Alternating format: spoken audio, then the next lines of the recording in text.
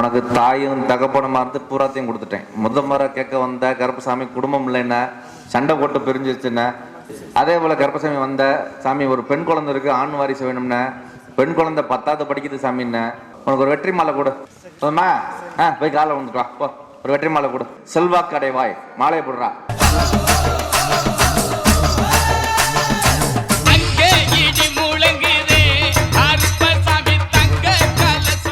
உத்தரவிட்டு 18ஆம் படி கருப்பசாமி வழக்காடி மீண்டும் தாராபுரம் 1 தாராபுரம்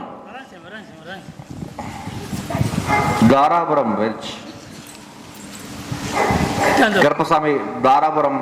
என்னடா வேணும் உனக்கு? இப்ப வருமானம் வேணுமா? ஈல்டு எடுத்து தரட்டா? உனக்கு எல்லாமே கொடுத்துட்டேன்டா.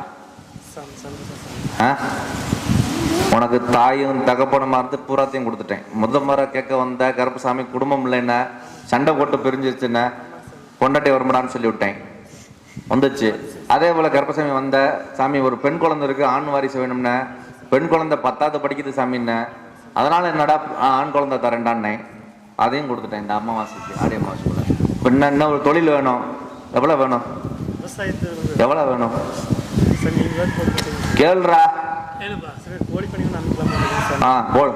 கால ஒன்று உனக்கு ஒரு வெற்றி மாலை கொடு. அடுத்த ஒன்று ஒரு கோழி பண்ணை வாங்கிவிட்டு ஒரு கார் ஒன்று உருவாக்கி தரேன். சொன்னா போய் காலை வந்துட்டு வா, ஒரு வெற்றி மாலை கொடு. ஒரு கோழி பண்ணை ஒன்று போட்டு தரேன்.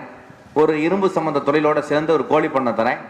உன்னையும் கருப்பசாமி விவசாய தொழிலில் மீண்டும் ஒரு ஏறுமுகம் அமைச்சு கொடுத்து, இதுல வந்து கருப்பசாமி பொண்ணு பொருளை அமைச்சாச்சு, பணங்காசை ஏற்றி கொடுத்துட்றேன். செல்வாக்கு அடைவாய், மாலையை போடுறா. தொழில் அமையுது, படி வெற்றியாகு, போடு மழையப்படி. கருப்பசாமி இதுல இருந்து பொன் பொருளாதாரத்தை அடிச்சு தரேன், சுதாரிச்சுக்கோ, அள்ளி தரேன்.